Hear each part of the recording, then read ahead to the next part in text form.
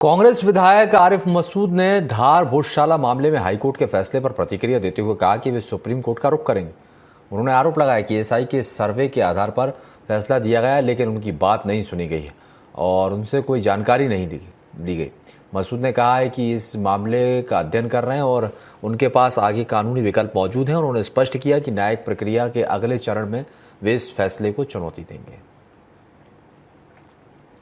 धार की भोजशाला को लेकर इंदौर हाईकोर्ट का एक बड़ा फैसला आया है, जिसपे इंदौर की हाईकोर्ट ने कहा है कि वाग्य देवी का मंदिर है।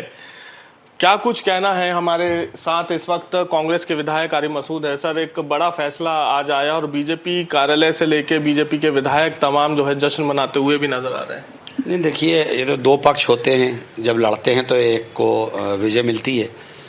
लेकिन एक बात समझना चाहिए, ये मस्जिद कमाल मुल्ला धार का मामला बहुत पुराना है और इस निर्णय से हम लोग सहमत नहीं हैं, क्योंकि ये निर्णय हाईकोर्ट ने जो सुनाया है वो एएसआई के सर्वे की रिपोर्ट पर है, जिस रिपोर्ट के ऊपर पहले ही वहाँ की कमेटी संदेह व्यक्त कर चुकी।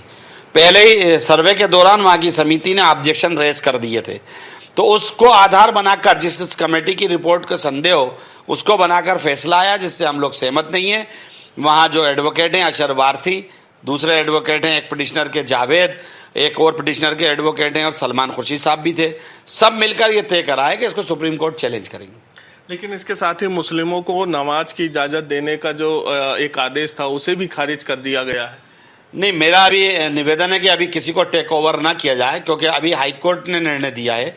जब तक सर्वोच्च न्यायालय का कोई वर्डिक्ट नहीं आ जाए तो इस प्रकार नहीं होना चाहिए। लेकिन क्या मानते हैं, क्योंकि पुरातत्व विभाग की अगर बात करें या एएसआई सर्वे की बात करें, तो जो रिपोर्ट हाईकोर्ट में पेश की गई है उस तथ्यों के आधार पे ये फैसला आया है। अब अगला कदम आप लोगों का क्या रहेगा? क्या इसको लेके कुछ कमेटी का गठन भी किया जाएगा? बातचीत करने के बाद क्या सुप्रीम कोर्ट का दरवाजा खटखटाएंगे आप लोग? मैंने भी आपको पहले ही कहा, आपका क्वेश्चन में समझा नहीं, लेकिन मैंने पहले ही तो कहा कि इस निर्णय से हम सहमत नहीं है और कमेटी गठित करने की बात ही नहीं। ऑलरेडी वहाँ कमेटी बनी हुई और वही कमेटी कोर्ट को चैलेंज करके केस को लड़ लेगी और वही पिटिशनर वापस अब सर्वोच्च न्यायालय में जाएंगे।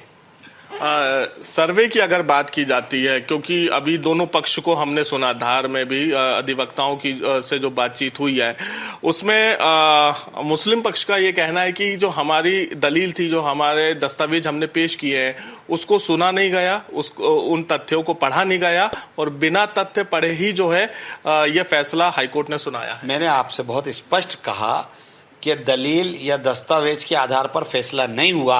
हाईकोर्ट ने जो फैसला दिया है, जो अभी पढ़ने में आया पहला, उस फैसले में यह प्रतीत होता है कि उन्होंने एएसआई की सर्वे को मानकर निर्णय दिया, जो गलत है।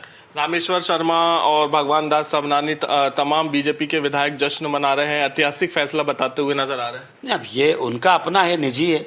दो पक्ष लड़ते हैं, एक जीतता है तो जिसके पक्ष में फैसला आएगा वो ऐसा करता है। लेकिन अभी हम सर्वोच्च न्यायालय जाना बाकी है। बिल्कुल, साफ तौर पे कांग्रेस के विधायक आरिफ मसूद का कहना है कि हम सुप्रीम कोर्ट का दरवाजा खटखटाएंगे। कैमरामैन मोहित के साथ कुलभूषण सक्सेना, स्वराज एक्सप्रेस, भोपाल।